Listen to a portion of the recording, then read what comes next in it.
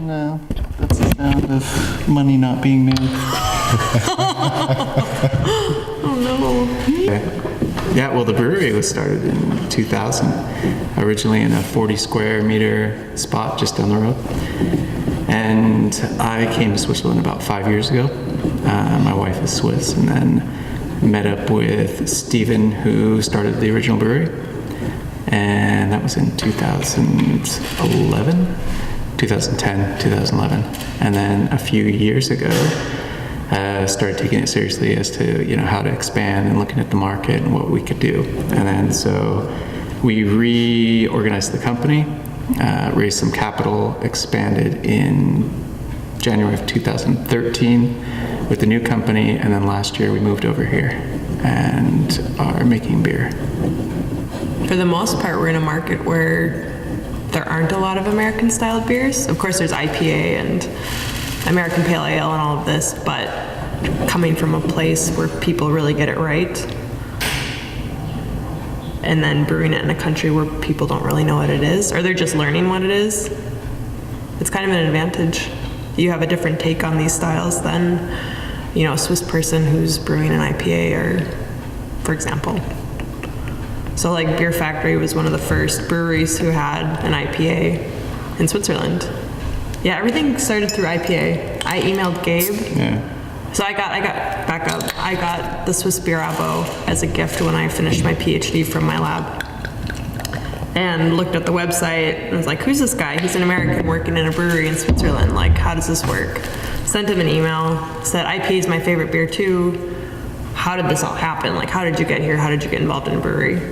We had a coffee, then I got invited to the brewery. I met Stephen, was, luckily unemployed for 10 months, started developing a couple beers, washing bottles, doing all the not so fun work. Shitty work. Yeah. And then, that's how I got involved in all of it. So it was through IPA. Yeah, actually me too.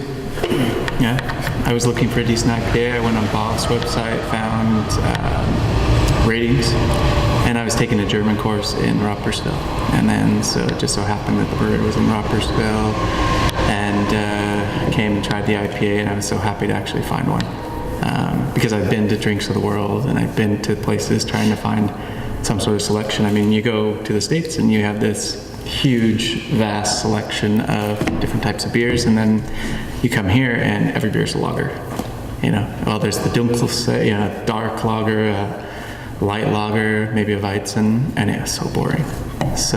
And so to be an American here is, like Katie said, a huge advantage. I mean, you already, I grew up on hops, more or less. I mean, from Portland, it's just clear to me that you would have this choice. And then, so you see what a market can look like developed over time.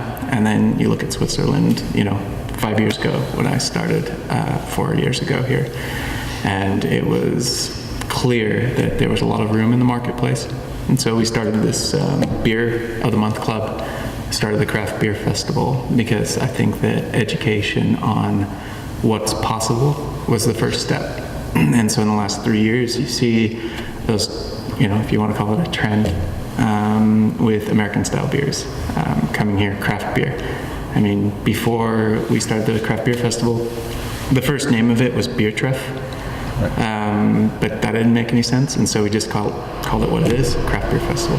And that term, craft beer, is now thrown around on a regular basis, and that came from America.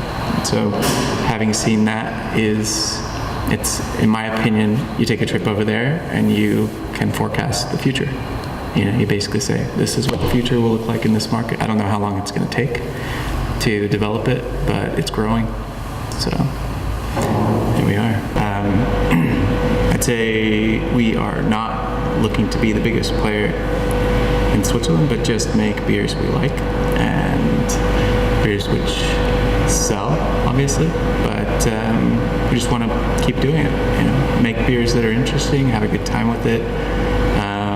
To do that, we need to sell beer and be profitable. And so my goal is that the company grows, and then we just kind of see how it develops. Maybe it's quick, maybe it takes a long time. I mean, our initial goal when we started this last year was that in 5 years we reach 1,500 hectoliters. So a nice consistent growth rate. Like we're on track to our business plan, but it's a very conservative business plan. And I think that if we develop our markets, mainly focus in the Zurich area, I'd say, Zurichsee, and then branch out to markets which are also interesting. You know, Bern, Basel are interesting. The French part has recently shown a lot of interest in our products. Tessine is, we have a few people who are also interested. So I think if we go, you know, to sell 1,500 hectoliters isn't a big deal. So there's a lot of room in the marketplace. And I would say that's our 3-year goal.